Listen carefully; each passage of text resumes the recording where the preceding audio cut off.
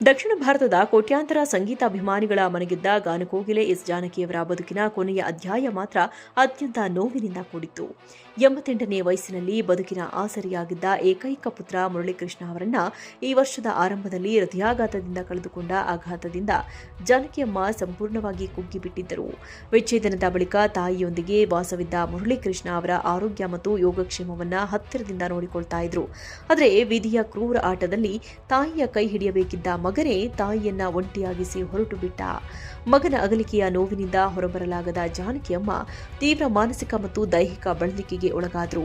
ಕೆಲವೇ ತಿಂಗಳುಗಳ ಬಳಿಕ ಅವರು ಇಹಲೋಕ ತ್ಯಜಿಸಿದ್ರು. ಸುಮಾರು 6 ದಶಕಗಳ ಕಾಲ ತಮ್ಮ ಮಾಧುರ್ಯಭರಿತ ಕಂಠದಿಂದ 17ಕ್ಕೂ ಹೆಚ್ಚು ಭಾಷೆಗಳಲ್ಲಿ ಸಾವಿರಾರು ಅಮರ ಗೀತೆಗಳನ್ನು ಹಾಡಿ ಸಂಗೀತ ಲೋಕವನ್ನ ಶ್ರೀಮಂತಗೊಳಿಸಿದ ಎಸ್ ಜಾನಕಿ ಎಂದು ನಮ್ಮೊಂದಿಗಿಲ್ಲ. ಆದರೆ ಅವರ ಧ್ವನಿ, ಅವರ ಹಾಡುಗಳು ಮತ್ತು ಅವರ ನೆನಪುಗಳು ಎಂದೆಂದಿಗೂ ಸಂಗೀತ ಪ್ರೇಮಿಗಳ ಹೃದಯದಲ್ಲಿ ಅಮರವಾಗಿಯೇ ಉಳಿಯಲಿವೆ.